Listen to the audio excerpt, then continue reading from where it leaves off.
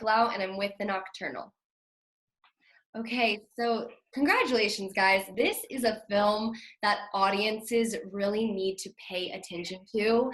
The narrative really builds over time because it does have that loop structure. However, the story still continues to progress. I wanted to know how challenging as an actor it was to not shoot in sequence. What was that like for you guys? Steve, take it away. It was hard. It was pretty tough. I really had to depend on Ali, the director, and Stanley, the writer, because we would have long days, and it seemed like immediately when we would finish shooting, I would make it home, close my eyes, and have to open them right back up to go back. And we might start the day filming in loop 1, which is the first loop, and then 2 minutes later be in the second to last loop, and which is he's at a totally different psychological point, emotional point. So it was tough. I really had to depend on the director, Ali, and the writer. I bet. Yeah. I mean, you two obviously had to be very close for this role. How did you build that synergy prior to filming? What synergy? You guys have none at all. No chemistry. No. Yeah. You guys had a lot of chemistry. So what did you guys do? Did you actually go and pretend to date, or how did you guys get really close? Was it all in the script? Well, I think I was saying in the last interview that we've never met before this film, but we had a lot of mutual friends, oddly enough. And I think a lot of times when you have I checked in with the mutual friends. I was like, how's this guy? And they gave you the word. Yeah. I didn't tell him what they said about him, you know what I mean? Yeah. But, Yeah. Now you both do play characters that struggle to open up about their sexual orientation, but Spencer, you still are maintaining this image and this full-blown heterosexual relationship with Nicola's character. So what materials or experiences did you draw to play this complex situation? I have lived in a region. Well, I'm sure it's everywhere, but just speaking from my experience, growing up in the South, I knew plenty of people that went through this exact situation.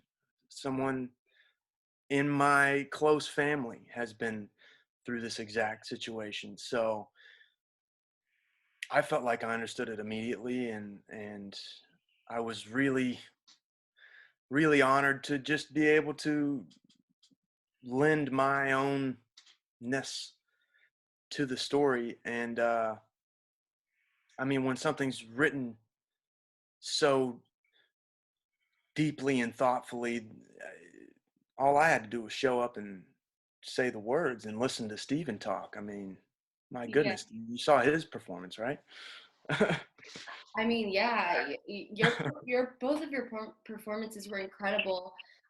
Steven, you also have to deal with the heavy themes that are so relevant in today's political climate and just the nature of how we are as a nation with racism and police brutality. How did you prepare for those really intense scenes? Well, I think that's the thing. It's not, those things are not today's political climate. Those things have everything in this movie has always been the case. I think one of the reasons that we keep, I think everyone's tired of racism and homophobia. And if they're not tired of it, they're tired of fighting about it.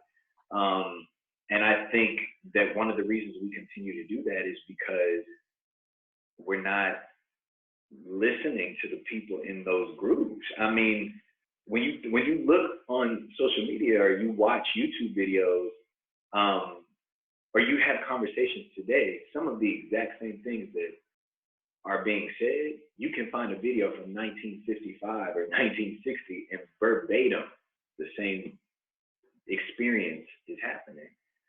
So, I hope that this movie, the reason I wanted to be a part of it was because I felt like it added a new tool, which was, people are affected by different mediums. Some people respond to documentaries. Some people respond to reading books. I'm someone who responds to film and cinema. And so for me, it was great to be able to provide something new to the conversation, which was a cinematic experience that literally the structure that you hear people talking about on Twitter and the structure of racism that you hear people saying, the structure of homophobia, you can have like a literal cinematic visual of it, because it's hard to explain. It's not something you can put in everyday language. So you need something supernatural to explain it. And that's what this is.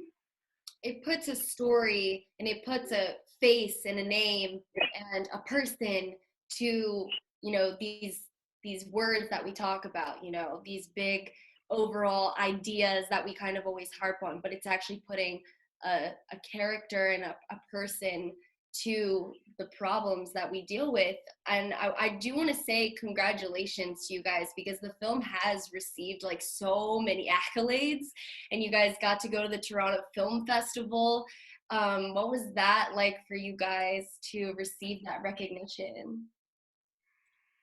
Yeah, well, that was my like first major film festival to have like my own film in, and I mean, just thinking back on it now, having just experienced this past year of like pandemic life, I am so grateful for that opportunity. I mean, we got to go and we got to stay close and go have dinners and hang out and have drinks together, and then get to see the incredible response that people were having to this film in person.